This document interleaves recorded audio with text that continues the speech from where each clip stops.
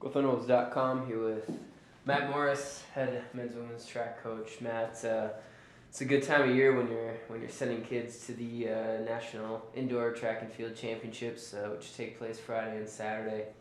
A little bit of a switch from last year, where you sent a male individual plus the DMR. This year you had the opportunity to send two females plus the women's DMR and one male. What does that say about this program?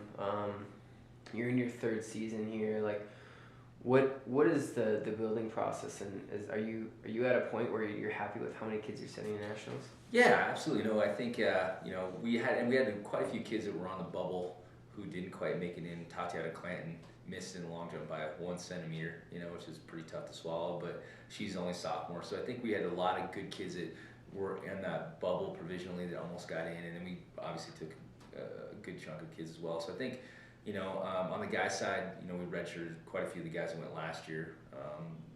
Just let ourselves recruit behind there, so we were happy to get Ben in. And then on the women's side, I think we're definitely making strides, and we had quite a few kids either make it or be in the mix. So, we return of the kids that made it, everyone next year, and so we're definitely excited that we're moving in the right direction. So talking about on the women's side first, you're sending a group of kids that aren't green when it comes to national championships. Right. Alyssa Evans was in the outdoor championships last year. Rachel went to indoor and outdoor last year. Even Bailey Hughes in the DMR ran at cross country championships. Right. Andrea Tuck will be new to the process, but let's start with the runners, the DMR and Alyssa. What are you excited about these girls? Yeah, I think our DMR is, I believe, ranked 10th-ish, and we'll be pretty fresh. So I think that, obviously our goal is to try to be in the top 8 and get on the podium and score some points. So I think that if we go execute well and do what we're capable of, we definitely have a chance to do that. Alyssa is ranked 8th going in, which is right on the bubble, making the final. So really our goal is to, again, try to get to the final and try to score some points. If she can run well Friday afternoon, get in the final, and then hopefully come back, 2.5 hours later and run a great leg on the DMR, and help us out. That I think everybody's there in a position that if we execute and do what we're capable of, we're going to be able to be All-Americans, and that's kind of our goal.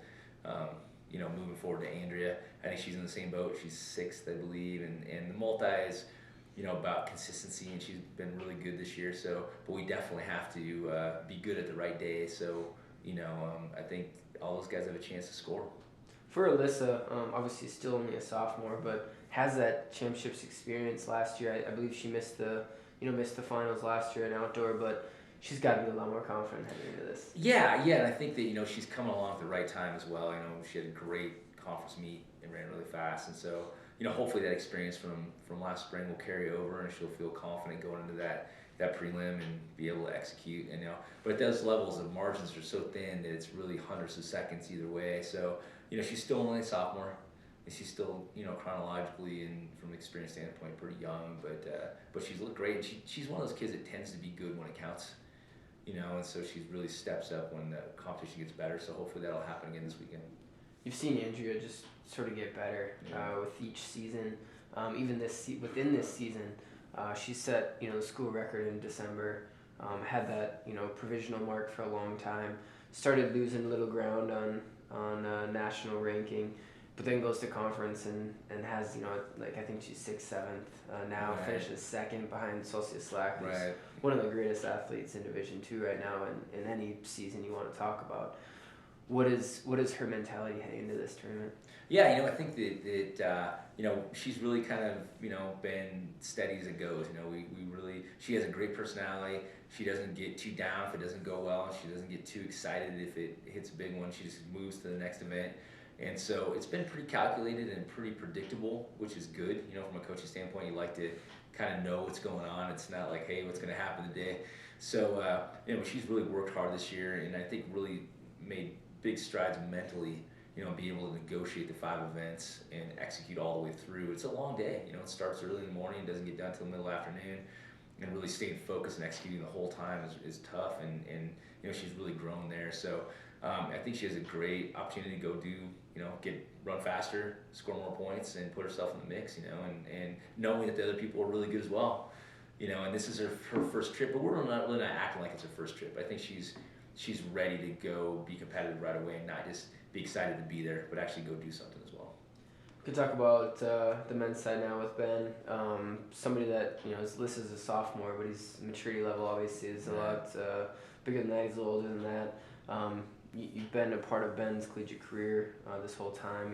He came from Caro, redshirted all of last year, and now he's getting an opportunity right away to get into the NCAAs. He just missed out on cross country. What is it about Ben and how he's progressed in just a short time to make this tournament? Right. Ben's interesting in that he's really a great racer. He's a very good competitor, and he looks good when the races are bigger. He really steps up the competition. And so, I didn't know if we had on paper him being able to run, 4:08 this early. But he had a great fall, really clicked in the middle, and had a great end of his cross country season.